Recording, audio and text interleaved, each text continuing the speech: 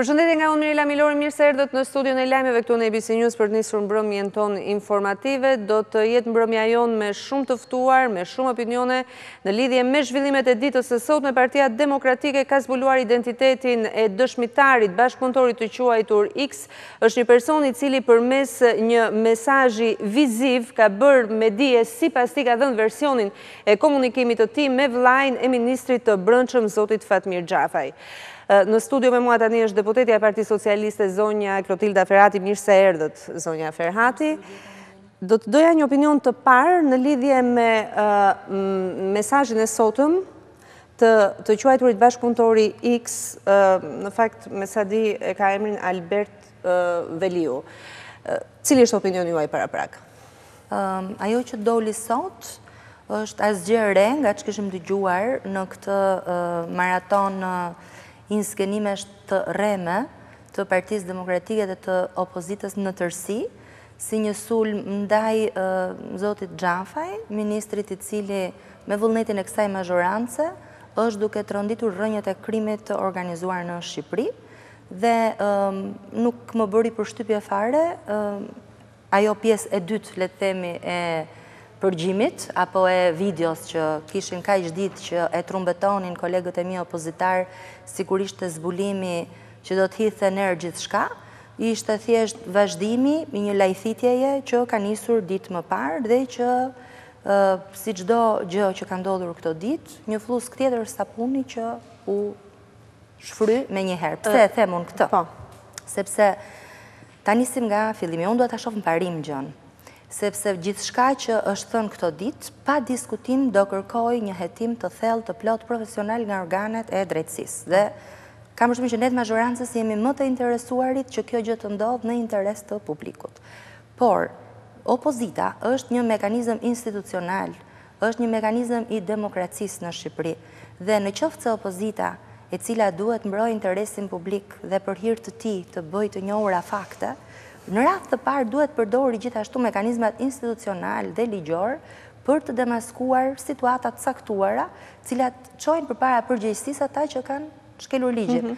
Dhe opozita duhet pa diskutim që nëse vihet në dijeni të këtyre fakteve, ti paraqesi ato në organin e prokurorisë. Nuk i ka thënë njëri opozitës Partisë Demokratike që një parti politike, qoftë ajo opozita apo mazhorancë, duhet bëjë rolin e policisë, intervistusit, hetusit policor, apo rolin e prokurorit. Gjithkush që ka dijeni për një vepër penale dhe një qytetar i zakonshëm ka detyrimin ligjor ta kallëzojë atë. Përndryshe, quhet bashkëpunëtor ose mos kallëzues i krimit. Dakor. Këto që inskenohen dhe që unë jam e bindur, ashtu siç edhe shumë përfaqësues mazhorancës, por edhe kryeministri e kanë deklaruar gjithë këto ditë, ai përgjim i kryer nga dhe që nuk e di nga është kryer përgjimi, sepse askush nuk ja merr autorsinë e atij përgjimi, as dëshmitari sot nuk e mori, tha nuk e kam bërë unë përgjimin e bisedës, por gjithçka që doli, ne jemi të bindur tashmë që është një inskenim, është një material i rrem, për cilin tashmë ka dhe një akuzë konkrete në organin e prokurorisë, për të vërtetuar deri në fund. Ende nuk ka folur, por ju jeni të bindur si forcë politike. Ne si forcë politike, për të ndarë pjesën e përgjegjësisë morale dhe politike nga ajo ligjore, jemi të bindur që bëhet fjalë për një përgjim të rrem, për një përgjim i cili është i inskenuar, ashtu siç ka qenë i inskenuar dhe është mos e qartë për çdo qytetar që e ka dëgjuar sot edhe pjesën e intervistës së dëshmitarit X. Pse e shikoni si të inskenuar pjesën e intervistës së dëshmitarit X? Ku sipas jush, duke qenë dhe juriste në profesion, ku sipas jush çedon? Pra, si dhe përfaqësuese e Partisë Socialiste. Është pasojë e pjesës së parë që paraqiti me të madhe Partia Demokratike atij përgjimi, dhe për sa kohë që ne jemi të bindur nga verifikimet tona me ekspertizat pavarura më të mira ndërkombëtare që kemi të bëjmë me një material të rrem, nuk mundet që nga thelbi që është material i rrem të kemi pjesën derivuese, që është dëshmia e atij që presupozohet se ka qenë në bisedën e përgjuar, të jetë e vërtetë, të jetë e drejtë. Mund ta dim cilat janë këto agjenci ndërkombëtare të besueshme? Nuk ka rëndësi emrat, rëndësi ka që, sepse ja u thash edhe një herë, kjo që unë them është një fakt i cili i duhet mazhorancës për të ndarë përgjegjësinë politike nga përgjegjësia ligjore. Kjo mjafton për ne si mazhorancë për të dalë para publikut dhe për të treguar që gjithçka që ndodhi në këto ditë ishte thjesht një situate e shëmtuar për të destabilizuar vendin dhe për të prekur keq rrugën e tij drejt Shqipërisë europiane nga ana e opozitës, por askush nuk duhet të mendojë që prokuroria të mos bëj punën e vet. Dhe sa më shumë e themin e këtë gjën që për ne është e mjaftueshme, kam përshtypjen që duket sikur të tjerët e kuptojnë që prokuroria tani të bëjë hetime prap do të kundërshtojë çfarë tha mazhoranca. Jo, malor se është shumë e rëndësishme. Dua ta them qartë këtë për të gjithë qytetarët e këtij vendi. Prokuroria duhet me pa diskutim të bëjë hetimin e përgjimit parë dhe të hetojnë lidhje me faktin e rit sotëm të këtij dëshmitari, i cili e dëgjuam sot me zë dhe me figurë, të zbardhi profesionalisht me punë juridike të pastra, të pavarura, të pandikuara nga politika deri në fund vërtetën. Pse? Sepse e gjithë kjo situatë që për ne politikisht dhe moralisht është tashmë e krijuar bindja që kemi të bëjmë me një inskenim të qëllimshëm për të destabilizuar vendin dhe për të goditur pikërisht atë pjesë të qeverisë dhe gjithë vëllezërin e kësaj majorancë për të luftuar krimin e organizuar, të dalë përgjegjësia deri në fund dhe kush e ka shkaktuar të vihet në përgjegjësi përpara ligjit, sepse nuk mundet të tolerohen më që vepra penale edhe si këto, sepse dhe kallëzimi i rrem, dhe moskallëzimi i një krimi, dhe shantazhi, dhe lajmet e rreme janë vepra të dënueshme nga ligji. Dhe duhet patjetër që të zbardhet e vërteta që nëse është kështu, kush është përgjegjës të vihet përpara përgjegjësisë ligjore. Më tha diçka që për çdo qytetar që dëgjon është rënditse, destabilizim dhe po përpiqen të godasin Fatmir Xhafaj sepse ky po godet rrënjët e krimit. Ju lutem, i keni analizë apo Partia Socialiste është e bindur dhe me fakte konkrete që ka njerëz që kanë interesa të caktuara që duan edhe të shkaktojnë destabilizim, edhe të mos goditen në rrënjët e krimit në këtë vend? Ja u thash edhe një herë, opozita është institucionale në këtë vend. Dhe një opozitë institucionale përdor mjetet ligjore, kallëzon informacionet në prokurori që të vërtetat që ajo beson të dalin në dritë. Partia Socialiste ka të dhëna që le të themi Partia Demokratike po përdoret në këtë rast për këtë ngjarje apo është thjesht dhe vetëm një qëndrim politik i PD-s? Këtë çështje në Partinë Socialiste e kemi marrë me shumë seriozitet. Dhe jemi duke bërë analizat tona shumë të kujdesshme, sepse na duhet që ndaj një situate të tillë e cila synon destabilizimin e vendit të gjejmë dhe ne përgjigjet e matura që i shërbejnë këtij vendi. Po ju thosha dhe po e vazhdoj fjalinë time më parë që ndoshta do t'i përgjigjet pyetjes tuaj. Zoti Xhafa, kolegu ynë ministri i Brendshëm, në kaq muaj në pushtet, në mbështetjen e kësaj mazhorance dhe në vullnetin e plot të kryeministrit Edi Rama, i ka shpallur luftë të hapur zero tolerancë krimit dhe kryesisht krimit të organizuar. Mjafton vetëm të shikoni bandat e arrestuara, grupet kriminale të goditura, faktin që në Shqipëri nuk kultivohet më kanabis, sasitë e drogës së kapura, përfshirë dhe rastin e fundit të Maminasit, ku tashmë besoj e dini, është dhe një kërkesë për ekstradim drejtuar nga shteti ynë në shtetin gjerman, që i pronari i magazinës ku u gjëndë droga të vinë në Shqipëri sepse do t'jetë personën hetim në lidhje me atë çështje. Kemi 10 fishimin e aseteve kriminale të sekuestruara po nga Policia e Shtetit në kohën e drejtimit të zotit Xhafa.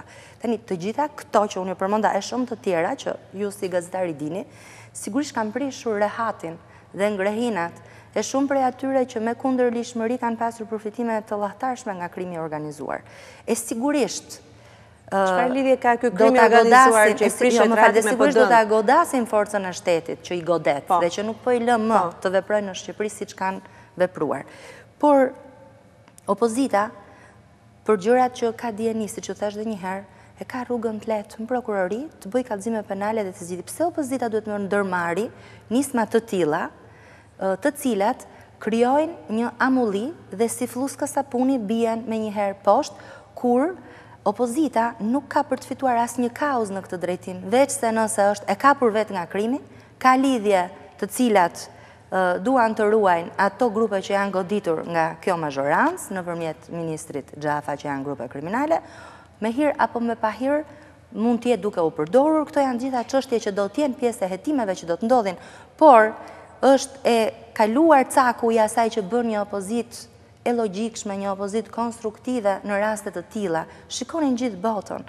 Këto që po ndodhin sot mund t'jenë informacione cilat sigurisht në një demokraci, në një shtet të lirë, ku e drejta informimit është një drejtë e sankcionuar me ligj, të thuhen, po pse duhet të përdoren në formën e skupeve, breaking news në gjitha kancelarit e botës, se së brëndshme prishin punë. Dhe fundit që dohet të thoja, duhet ndajmë këtu që gjithë shka që po aludon opozita për veprimtari të kundërlishme, nuk e implikojnë asë një moment ministrin Xhafaj, sepse duke goditur ato pseudo-faktet, me pseudo-fakte, ato situata që mund të përbëjnë kundërlishmëri, siç po i thot opozita, nuk po vërtetojnë asë një moment me çfarë kam thënë deri më sot, se ministri Xhafaj është i implikuar me këto gjëra.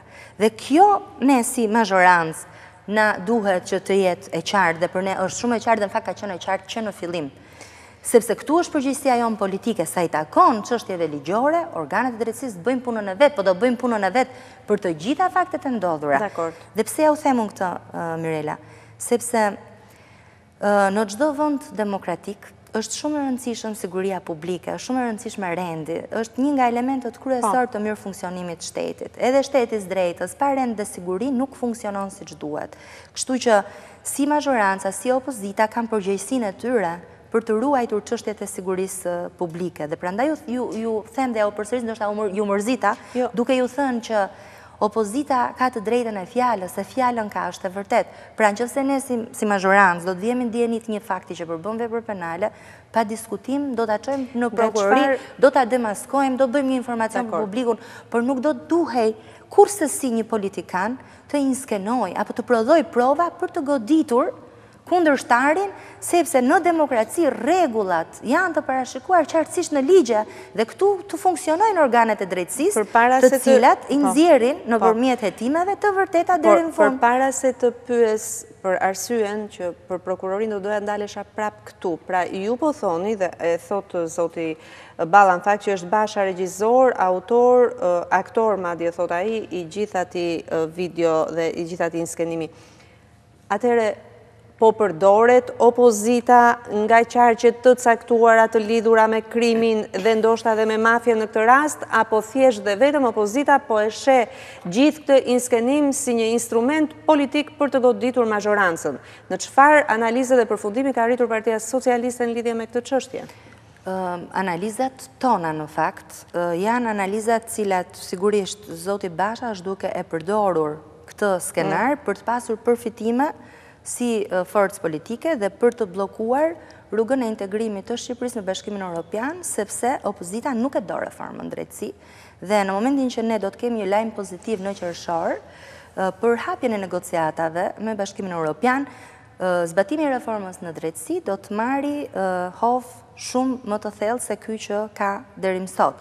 E sigurisht do të prishi gjithashtu dhe shumë lidhje dhe garanci midis strukturave të ndryshme. Mund të jenë dhe nga e majta. Sigurisht mund të ketë dhe nga e majta që nuk e duan këtë gjë, por ama unë flas për vullnetin e mazhorancës. Vullneti ynë është që si procesi integrues dhe reformues i Shqipërisë, edhe integrimi në Bashkimin Evropian, edhe reformat e ndërmarra, aq më tepër ajo e drejtësisë, do të shkojnë deri në fund, as kjo situatë e krijuar për destabilizim të vendit, as çdo situatë tjetër e pritshme nga opozita nuk do të na ndalojë ne si mazhorancë në vullnetin ton të plot, pavarësisht individëve që mund të jenë qoftë edhe brenda nesh, të ndoshta nuk mund ta duan. Por pikërisht për këtë arsye ne e kemi ndërmarrë dhe kemi marrë përsipër përgjegjësinë për t'i dhënë vendit një drejtësi tre dhe për t'i dhënë vendit shtetin e së drejtës ku funksionon ligji dhe ku gjithë janë barabartë para ligjit.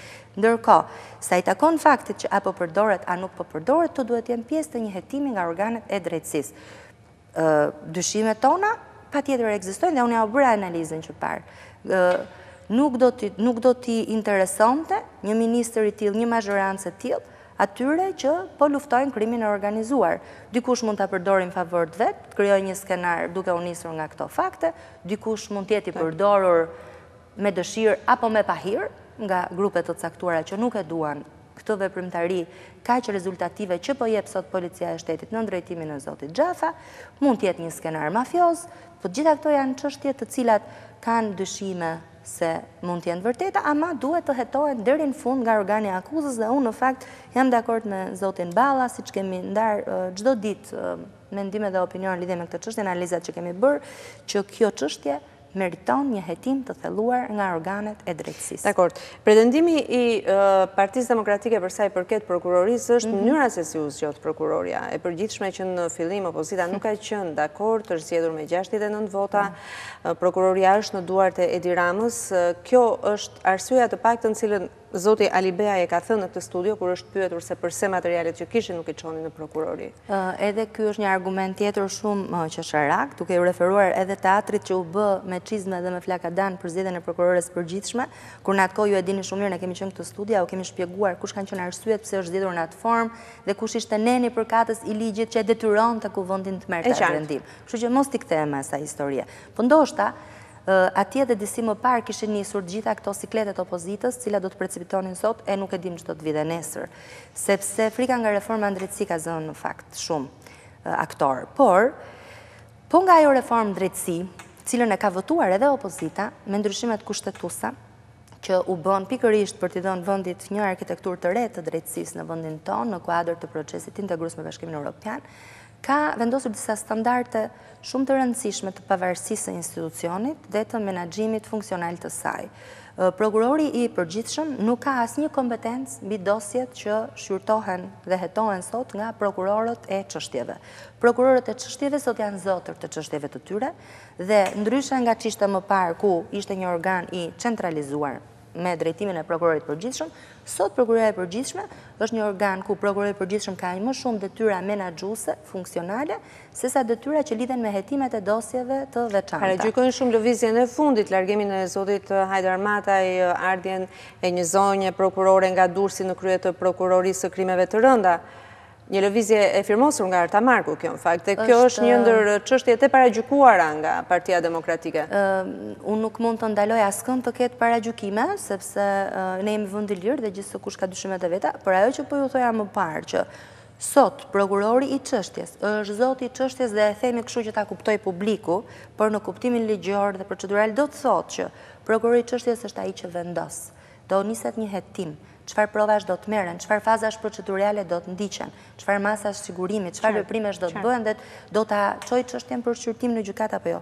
Ama çdo fazë që unë ju përmenda e shumë të tjera që përmban procesi i hetimit, kontrollohen nga gjykata dhe duke u bërë i kontrollueshëm veprimi i prokurorit dhe më pas gjykatat gjykojnë me shkallë, pra kontrollohet gjykata më ulët nga një gjykatë më e lartë, ka krijuar tashmë që në ligj, pra që në gjenezën e vetë, garancin e pavarësisht dhe profesionalizmit të hetimeve. Kështu që të thuash që prokuroria sot nuk ka besim, është ta thot për retorik politike dikush, por në profesionist askush nuk e beson më, sepse sot askush nuk ndërhyn dot më, siç ndërhyej më përpara që bollti thoja prokurorit të përgjithshëm diçka ndikohej tek prokurori i çështjes, sot prokurori i çështjes, duke qenë zoti i çështjes, ka dhe përgjegjësinë mbi të dhe nuk e mbron dot askush nëse nuk vepron sipas ligjit, sepse e kontrollon gjykata. Sa i takon lëvizjes së zonjës Marku për drejtuesit e prokurorive të ndryshme, unë ja kam shpjeguar, kam qenë në këtë studio, ja kam dhënë nenin e kompetencave që ka, prokurori i përgjithshëm me detyrë të përkohshme,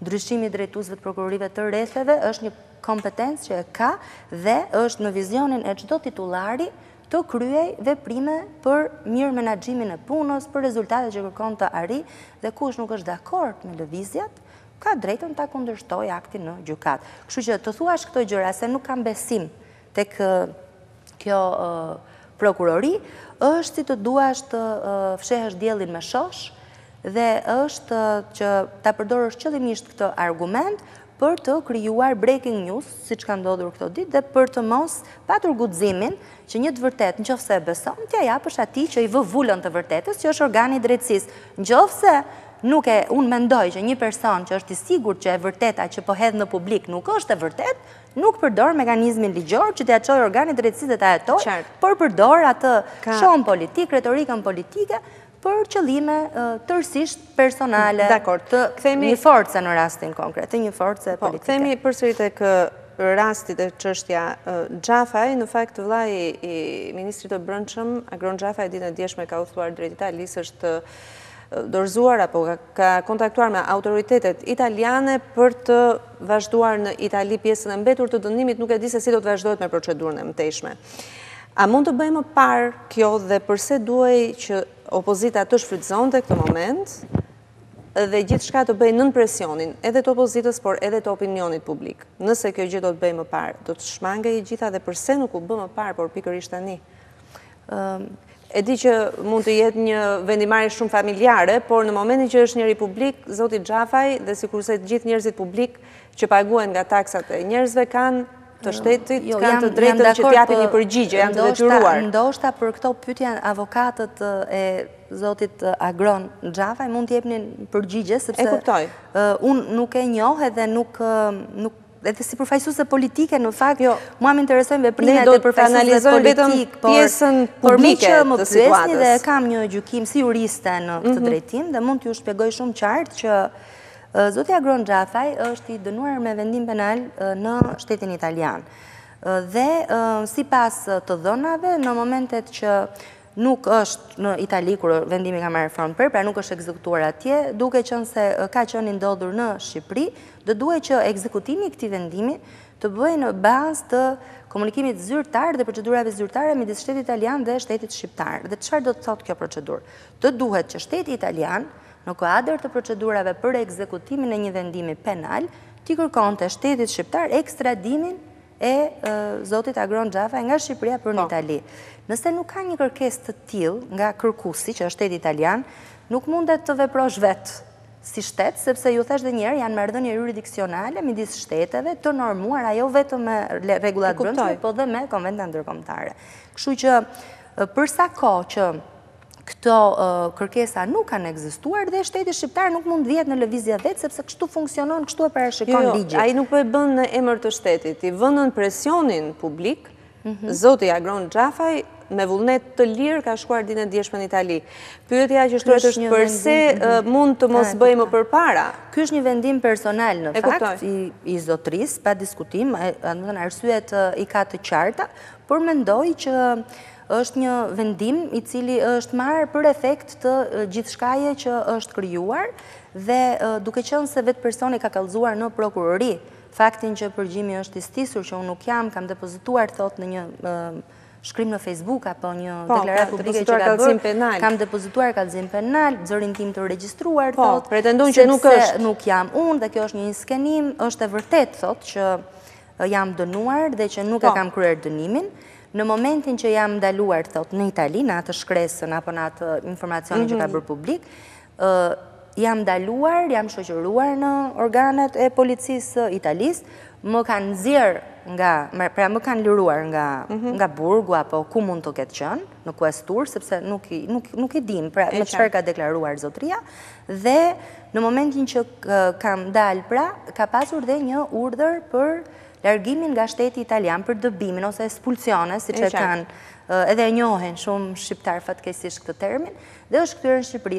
Vetë në atë deklaratë, zoti Agron Xhafaj ka deklaruar që ka kërkuar vizë disa herë në ambasadën italiane për të shkuar në Itali për të ndjekur procesin gjyqësor ndaj tij, sepse ai në fakt nuk është bërë gjykim në mungesë. Po vizë, tani nuk duhet vizë për të shkuar në Itali. Po nëse ke një përjashtim, nuk shkon dot në shtet pas more një leje për të hyrë. Duhet një leje shoqëruese. Jo vetëm në Itali, po në çdo shtet. Pavarësisht se mund të jenë pjesë e Schengenit, kur ke një mas përjashtimi për të mos hyrë në atë vend, do duhet të kërkosh. Kur ke një letër zbimi nga vendi. Kur ke një letër dëbimi, do duhet patjetër të kesh një leje për të hyrë në vend, sepse nuk është. Kjo atëre shkon në logjikën e Partisë Demokratike që ka pasur një dënim që i duhej kjo letër? Po tashmë, ky dënim ka qenë 2002 në online, nuk është se është zbuluar sot. Kjo është një këngë vjetër që thot opozita. Dënimi në 2002 dhe e dini shumë mirë, ka qenë. Po për atë arsye zoti Xhafaj e ka kërkuar një herë dorëheqjen. Për të njëjtën gjë bëhet fjalë. Nuk bëhet fjalë për ndonjë gjë të re. Është thjesht i njëjti proces gjyqësor. Pra, kur personi që për cilin po flasim, Agron Xhafaj, ka kërkuar, siç deklaron vetë, të shkojnë në Itali, të marri pra një leje, unë pa quaj vizë që ta kuptojnë njerëzit. Nuk i është dhënë kjo e drejtë dhe ka bërë që kur të bëhet gjykimi për të në Itali, të ketë një avokat. Dhe këtu bie poshtë edhe flluska tjetër e opozitës, e cila thotë që zoti Xhafa, dhe kjo është një lajthitje juridike e kolegëve të mi juristë në Partinë Demokratike, që ka falsifikuar në enin 491 të kodit procedurës penale që flet për ekstradimin. Kur ajo është shumë e thjeshtë, besoj se ju e keni diskutuar në këtë studio, kur në enin 491 i kodit procedurës penale është ndryshuar vetëm që të përafrohet me gjitha aktet ndërkombëtare për ekstradimin dhe për t'i lejuar të drejtën e rigjykimi në një shtet tjetër, i cili kërkon ekstradimin e një shtetasi që është dënuar në një vend në mungesë. Kjo është një pyetje që vlen për përfaqësuesit e Partisë Demokratike, në fakt që përse hapin pikërisht tani sepse ka kohë që ka kaluar. Kjo është e qartë për publikun, por këtu vetëm një vit për ta ndarë. E para, pse them unë që ishte një fllus që u shfrymë me njerë, është sepse në radh parë, po ta shihni ju Mirela, proces verbalet e Komisionit Ligjeve, të shikoni dhe raportin e projekt ligjit për disa shtesa dhe ndryshime e kodin e procedurës penale, ku thuhet që miratohet versioni ligjit në tekst sipas tekstit integral, dhe i njëjti tekst integral bashkë kanë gjitur versionit i shpërndarë antarëve me email dhe ministrit të drejtësisë asaj kohe zotit Vasili dhe shumë përfaqësuesve të tjerë në ato komision, është i njëjtë me tekstin e miratuar në seancën plenare ku është miratuar projekt ligji në atë kodë është kthyer në ligj për disa shtesa dhe ndryshime në kodin e procedurës penale, dhe këtë ja u thash një herë për të kuptuar që procedurat parlamentare janë kaq të qarta dhe janë ndjekur me kaq rigorozitet sa hedhin poshtë, por edhe Bashkimi Evropian që na Evropian ndjekin e kanë të vështirë të ndjekin sepse lufta politike zhvendoset në teknikalitete, tashmë mes jush edhe është e vështirë të kuptohet se ku qëndron e vërteta. Më vjen keq sepse këto teknikalitete janë thelbi i asaj që nxjerr të vërtetën në pa. Dhe në qoftë se teknikalitetet janë vështira të kuptohen, atëherë po ju them atë që të gjitha kuptojnë më thjesht. I bëm ne të gjitha ligjet e reformës në drejtësi me mbështetjen e Bashkimit Evropian. A na mbështeti misioni Euralius? A dolën përfaqësuesit e misionit Euralius në sajtin një kërkese që i bëri Zëri i Amerikës dhe thanë teksti i ndryshuar është në përputhje me diskutimet, me gjithçka që është dakord dhe është njësoj.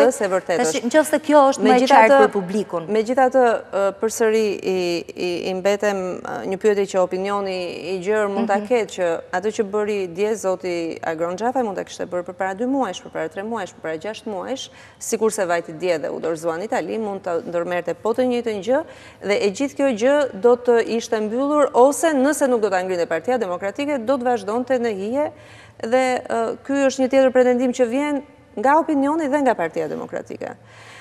Arsyet e kësaj i ka shpjeguar vetë zoti Agron Xhafaj në deklaratën që ka bërë publike dhe ka thënë pikërisht që mos të mbetem unë problemi, unë do ta bëj këtë gjë edhe pse askush nuk më ka kërkuar sipas rregullave nga shteti italian që të shkoj ta ekzekutoj këtë dënim. Por edhe dje besoj jeni furnizuar me argumenta nga të gjithë mediat edhe nga konferenca për shtypje zotit Fatmir Xhafaj, që edhe po të hym prap teknikaliteteve që do thuash nuk na i kupton publiku, procedurat janë të tilla që nuk mund t'i kapërcesh. Okej, ky ka qenë një akt i vullnetshëm i zotit Agron Xhafaj për ta bërë këtë gjë, për të thënë që mos t'jem unë pengesa për zbulimin e të vërtetës dhe për të qetësuar opinionin publik nga gjithë këto akuza që po bëhen, thjesht për të treguar që atë histori me vendimin penal të Italisë e ka mbyllur dhe siç e thot dhe vetë, është babai 2 fëmijëve, ka kaq vite që është rehabilituar dhe ka një jetesë të ndershme dhe çdo akuzë që hitet është e rrem. Kështu që mos të flasim për zotin sepse mund keni mundësinë ta intervistoni vetë dhe të thotë më shumë gjëra. E mbyllim me një pyetje të fundit që ka të bëjë me integrimin, me çeljen e negociatave. Nëse negociatat në qershor nuk do të hapen, kam parasysh samitin e Sofjes, kam parasysh një stepje sot të presidentit francez Macron, është një stepje që vjen nga emrat e mdhenj për sa i përket zgjerimit të Ballkanit, ndoshta konkretisht Shqipërisë që nëse nuk jep rezultate konkrete. A mos është një alibi politike që po ndërton Partia Socialiste me këtë luftën ndaj Partisë Demokratike, me këtë hapjen e një skenari që e quajti skem kriminalo-mafioze Tauland Balla për të thënë nesër pas nesër përpara shqiptarëve, ne nuk na u çelën negociatat sepse na luftoi kjo PD-ja kaq fort edhe bëri këtë luftën e Baltës. Mirela, gjithçka që jeni duke dëgjuar nga opozita këto ditë në Shqip është përkthyer, ka shkuar në gjithë kancelaritë e botës edhe në anglisht. Dhe sigurisht, ju jeni gazetare dhe e njihni, procesi integrimi Bashkimin Evropian, përveç kushteve që duhet përmbushin, ka dhe një kriter i cili vlerësohet dhe është kriteri politik. Është sa aktorët politik komunikojnë me njëri tjetrin për gjetur zgjidhje demokratike për çështjet caktuara. Dhe sigurisht një klimë e tillë politike është faktor minus për këtë proces. Kështu që nuk është fare alibi, kjo është e vërteta.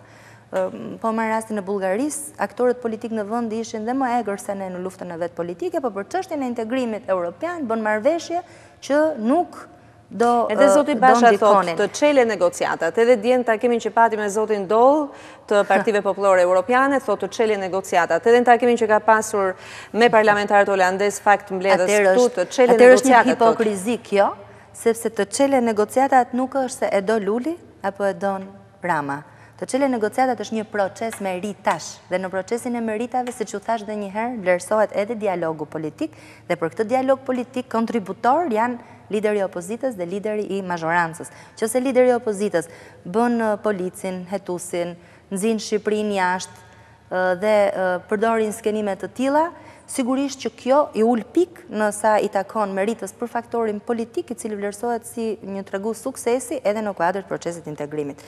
Pavarësisht kësaj, ne jemi tashmë të vendosur dhe po bëjmë çmos do bëjmë çmos deri në fund, deri kur të vi data që të kemi vendimin e qershorit, që të bëjmë të gjitha përpjekjet tona, edhe pse në një trysni edhe në një situatë politike as pak normale, absurde, do të thoja unë, në kufit e lajthitjes, për të bindur të gjithë antarët të cilët kanë në dorë vendimarrjen për Shqipërinë, se në këtë kuadër të vlerësimit të meritave të Shqipërisë, sa çka bërë kjo mazhorancë, siç është dhe e vërteta, sa reforma janë ndërmarrë drejt shtetit së drejtës dhe drejt sundimit të ligjit në Shqipëri për kaq vite, nuk janë bërë përpjekje në 27 vite tranzicioni.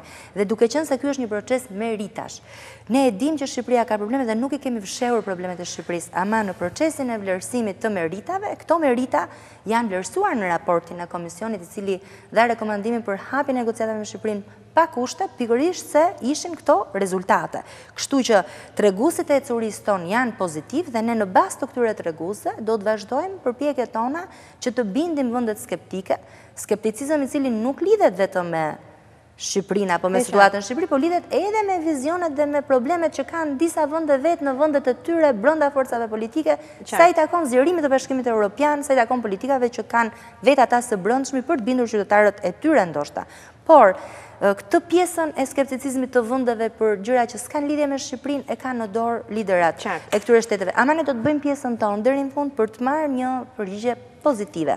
Sa i takon presidentit Macron, vetë zoti kryeministër e shpjegoi që ka bërë një vizitë në Francë dhe ka zgjatur tej orarit që pret një protokoll zyrtar, ka qenë një bisedë e frytshme, e vlerësuar Shqipëria në shumë hapa të progresit që ka bërë. Gjithsesi ka qenë lajm pozitiv dalja nga ai takim, siç edhe e prezantoi zoti Rama, pavarësisht diskutimeve që të gjithë shtetet anëtare janë të lirë të bëjnë dhe të kenë dhe gjykimet e tyre sigurisht janë gjykime që janë të tyre dhe ne na duhet të respektojmë, por ne tashmë nga shumë kancelarit të vendeve të Europës kemi marrë mbështetje sepse edhe raporti i Komisionit të Bashkimit Evropian nuk është një raport që del i pa lidhur dhe jo i varur me vullnetin e qeverive të shteteve anëtare. Pra është komisioni del me raportin mbas analizave, mbas misioneve të fakteve, mbas fakteve dhe të dhënave që marrin edhe qeverit e vendeve anëtare, por edhe përfaqësuesit e tyre brenda në komision, kështu që nuk mund të ketë shumë diskordancë. Unë mendoj që ne do të jemi fatlum në qershor.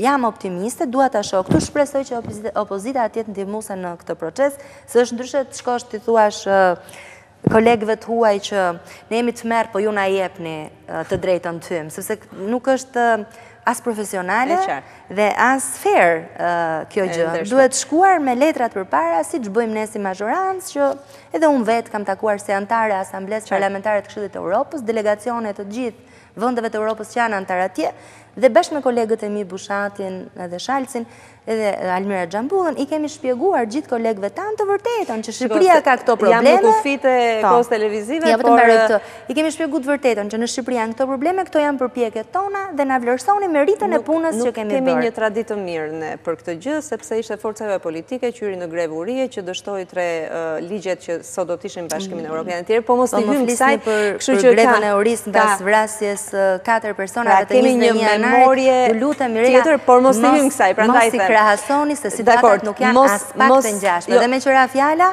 sot inskenohen skena kundërlishmërie për fakte të cilat s'janë të vërteta dhe kërkohet që të shkojnë para drejtësisë apo të japin dorëheqjen ministra, të shkojnë tjerë para përgjegjësisë, kur sot kemi të lirë ata që shkaktuan 21 janarin, ata që janë përgjegjës për Gërdecin, e shumë të tjerë. Kështu që mos mi krahasoni, të lutem, sepse nuk janë të njëjta situatat. Ju falenderoj shumë zonja Ferhati për gjithë opinionet që ndatë në studion tonë. Isha me deputeten e Partisë Socialiste zonjën Klotilda Ferhati. Kalojnë një hapësirë publicitare për të vazhduar në temat tjera zhvillime.